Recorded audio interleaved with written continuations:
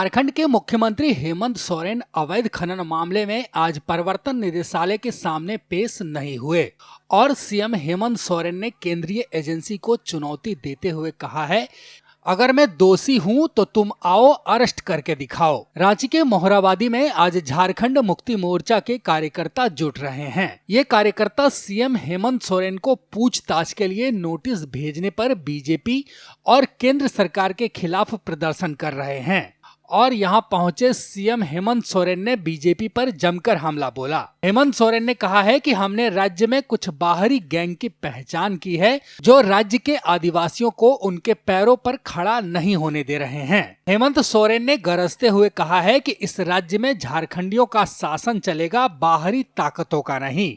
और बीजेपी पर तीखा हमला करते हुए हेमंत सोरेन ने कहा कि आने वाले लोकसभा और विधानसभा चुनाव में बीजेपी का सफाया हो जाएगा। उन्होंने कहा कि आने वाले समय में इस राज्य का मजदूर, किसान और वृद्ध बीजेपी को जवाब देगी।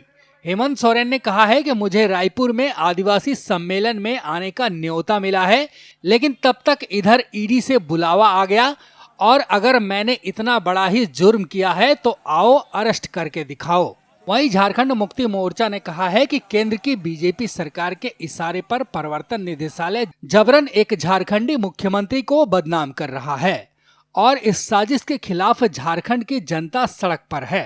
हेमंत सोरेन ने कहा है कि हमारे विरोधियों ने कई बार अपने षड्यंत्रकारी चाल को अंजाम देने का प्रयास किया, लेकिन हर बार उन्हें मुंह की खानी पड़ी। साथ ही उन्होंने कहा कि सरकार के काम को देखकर विपक्ष में जबरदस्त खलबली मची है और वो अपने षड्यंत्र को अंजाम देने में लगातार लगे हुए हैं।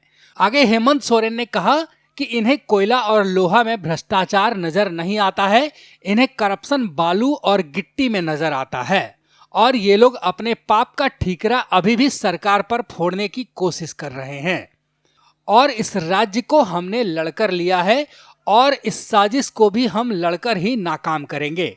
वहीं हेमंत बीजेपी पर हमला बोलते हुए कहा है कि ये लोग आदिवासियों और दलितों को आगे बढ़ते हुए नहीं देखना चाहते और ये लंबे समय से चलता आ रहा है, इसलिए ये लोग कभी सीबीआई, ईडी और कभी कोर्ट कचहरी का बहाना लेते हैं और हमें दबाने की कोशिश करते हैं। और आज इनको यह कमी खलती है कि किन प्रकार इनको हम डराएं, कोर्ट कचहरी करें, ईडी सीबीआई का चेहरा दिखाएं, क्योंकि ये सामने तो नहीं आ सकते।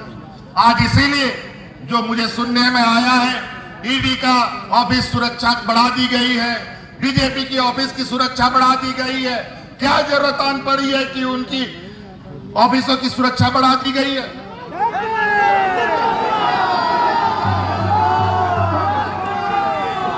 क्यों डर लगता है क्या झारखंडियों से?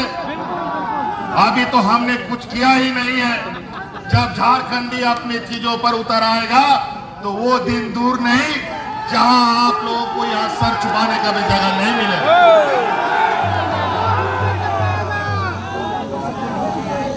आज इस राज्य की खनिज संपदाओं को और इस खनिज संपदाओं के माध्यम से इस राज्य के कारखानाओं में रोजी रोजगार के नाम पर आए हुए कुछ बाहरी लोग अब यहां पर अपना कब्जा दबाने की कोशिश कर रहे हैं। ये बिल्कुल नहीं होने देंगे जब तक झारखंडी